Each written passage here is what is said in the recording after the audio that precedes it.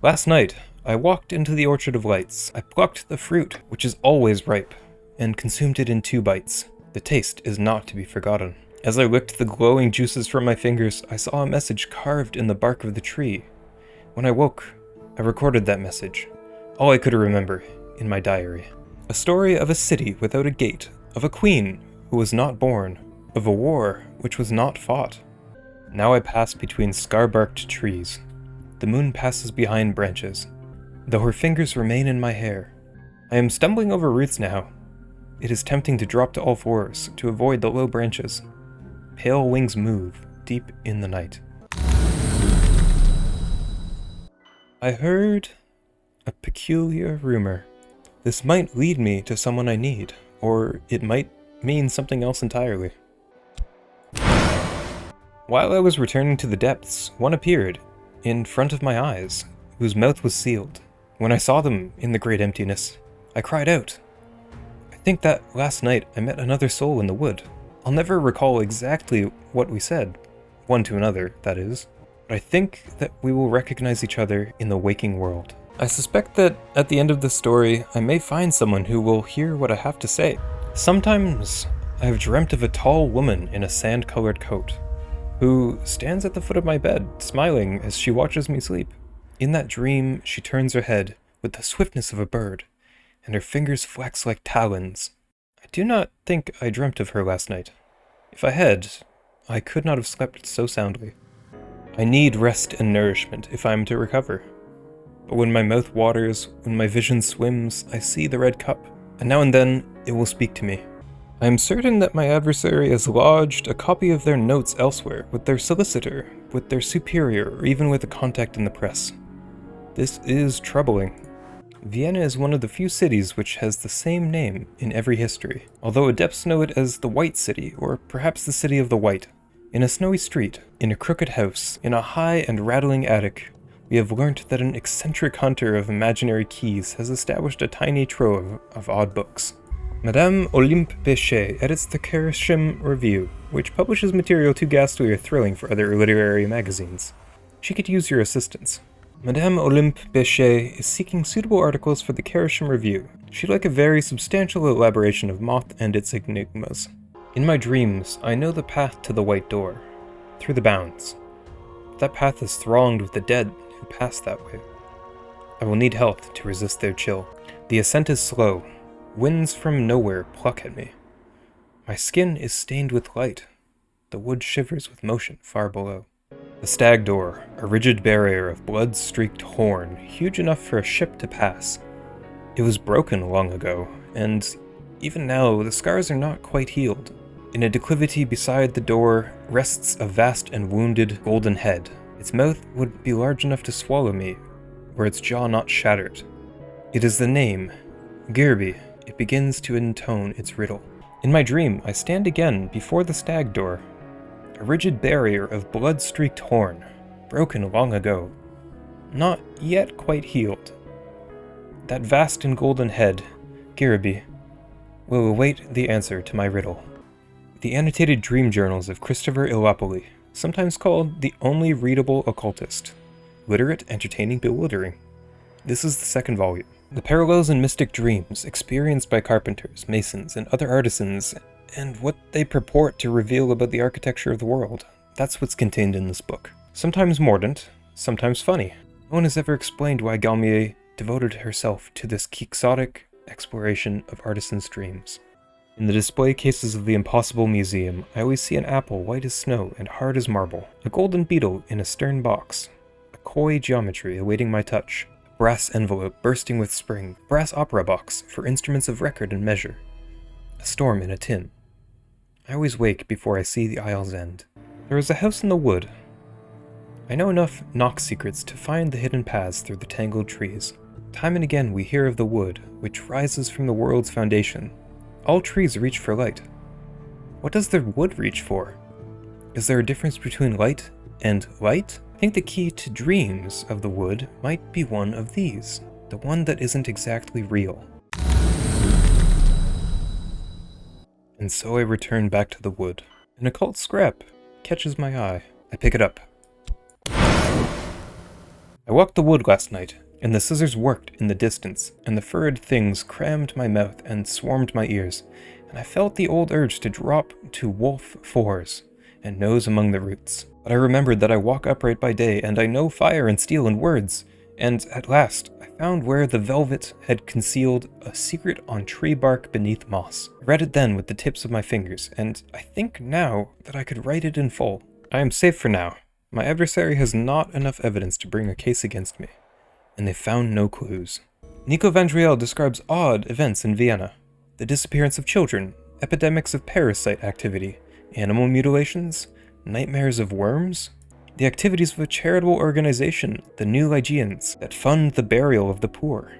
She proposes peculiar connections between these activities. When the individual K attends the meetings, black dogs are sacrificed and quartered. When the individual M is in attendance, black mares are found with their throats slashed. I propose that these sacrifices are not necessary, but that our Lygian friends may consider them, quote, fitting. Herewith diagrams of the mutilations. Visions pass me with pavements grace, a window over a wood, a garden of ice, a shivering sun, a woman of glass.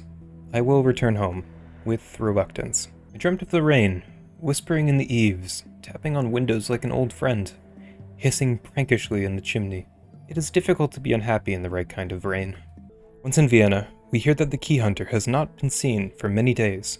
A local drunk insists that a great serpent entered the house to devour them. Certainly, the house is unlit and boarded up, and there is a reptile house smell. So we begin the key hunter's garret. Eyes like gas lamps, a mouth one could crouch in. We might defeat this serpent. We might regret trying. Back, back, it's too much for us. Now I can slog off my flesh, patch by patch, tugging the tendons free like fibers picked from teeth. My skin lies like a shredded blanket. The sun heaves itself above the horizon with a triumphant battle yell. The light falls like acid on my naked bones.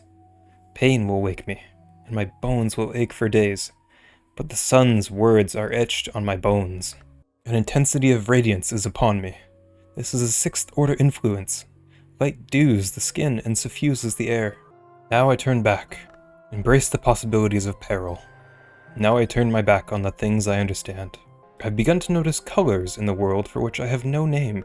I will cross the threshold where the horned axe waits. The higher I rise, the more I see. My mind is glass and my memory light. Reason and skill can increase no further. And we try again, an expedition against the congregation of St. Felix of Schuren. Our expedition plans for the next challenge. It'll consume funds. I could add funds now, or I could send another follower. We have relics? Ancient relics. The monks silence. Their bodies lie in robed huddles, each indistinguishable from the next. Step over. Move on. The minister's bedchamber is grand in proportion, but sparsely furnished. Beneath the window, a feathered ornamental axe rests beside an enameled chalice drum on a little altar of yew wood. Beneath the altar, in a box secured with a complicated triple knot, we find a trove of books, and more besides, a knife rank with old blood, a twist of cloth, a leathery remnant of something the minister must have surrendered at his ordination. The minister disappeared one night, quite abruptly, with his inner circle and his church's chiefest treasures. He is widely assumed to have gone to a better place, possibly a sunny place beside a shining sea. We could recruit his leaderless flock and make this our base of operations. This rite recalls the loss of the Watchman, who walks the house which has no walls. Light goes before him, and shadow behind. He must not see you. The instrument of power is used to summon him to take his sacrifice. Precious knowledge from the root of your thoughts. The assistant must speak the words that anchor your sanity, so choose someone you trust. Curiosity seekers have picked over this ancient temple, but there may be a hidden door here somewhere. Here is someone I might work with. A companion. Or a follower. But first, I must give them something to follow. A society. A sodality. An order. A cult. Tradition and compulsion. Old, new, or both together. We will establish the Children of Silence, an occult society dedicated to the silence that comes and the cold that ends. Our purpose demands that we recognize truths that chill the spirit. I must give of myself. A cult with one member is only an unusual habit. I must have a recruit. Our rise begins. I have founded a cult. This is a step to greater power. I will speak only and exactly 9 words. The novice will speak none at all. Our strength is matchless, eyes like glass lamps, scales like black jade. A serpent is a powerful foe, but it's nothing before us. The serpent struggles, the serpent rolls and roars. Its death throes shake the earth, but it's dying. We will pass. There must be a door here, but without lantern or knock, we can't uncover it. Send Slee. He knows the way. We carry light. We might find this hidden door. It'll be a struggle. Faint lines in stone, a surface that yields to pressure. We found it! The hidden door moves with a grating shudder and a shower of dust. The room stinks of serpent musk and burnt paper. Someone has comprehensively destroyed all the records they could find. They've even scrubbed the walls clean. Cold ashes choke the fireplace. No trace of the poor soul who rented this place remains. A single corner of fire-curled paper survived the flames. In a shaky hand it reads, Lady K. Green, Chalchidone, 3-lobed, spring leaves but unexpectedly, in a suitcase beside the flames, a little trove of books survives. Whoever destroyed the Key Hunter's journals saw no need to burn these books. I'm convinced the Mithrium still holds secrets that its discoverers never found. It's unlikely to be dangerous, but the search will require funds. Faint lines in stone, a surface that yields to pressure. We found it! The hidden door moves, with a grating shudder and a shower of dust. A lonely space, musty with the memory of blood. We've found the hidden door that the highest grades of initiate used. The altar tilts back like a jaw.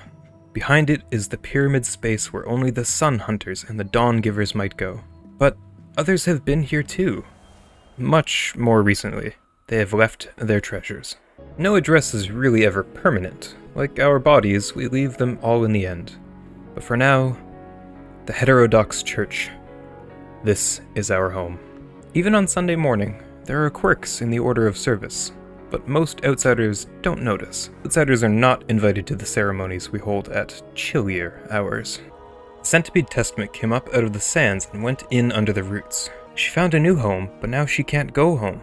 She creeps in everywhere else. Keyholes and histories in the channels of birth and sight and hearing. Here's what she has to say. And so we begin the ascent of knives.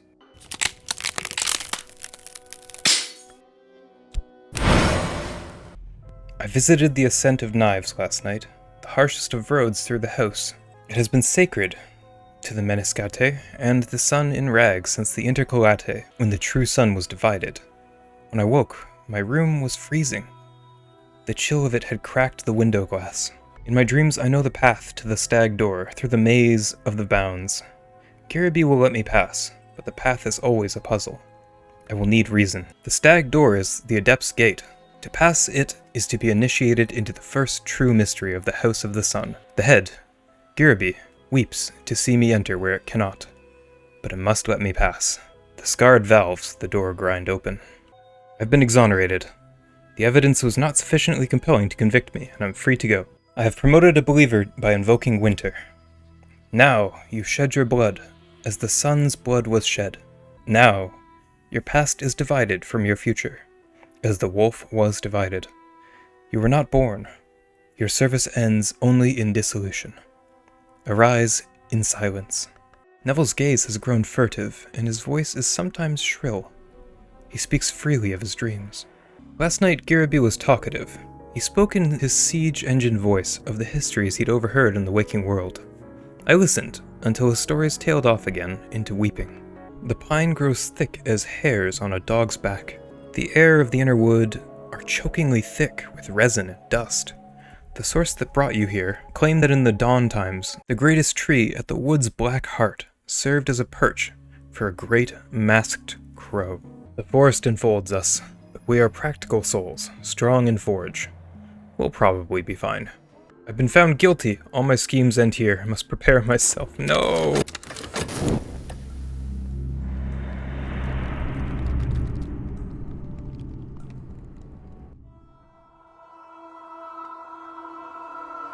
The nature of my crimes was vague, and the trial contentious. But there is a consensus that I have done something I should not. I wish it could have been different. I wish that I could have done everything I should not. So ends the story of the doctor that tried to change the world.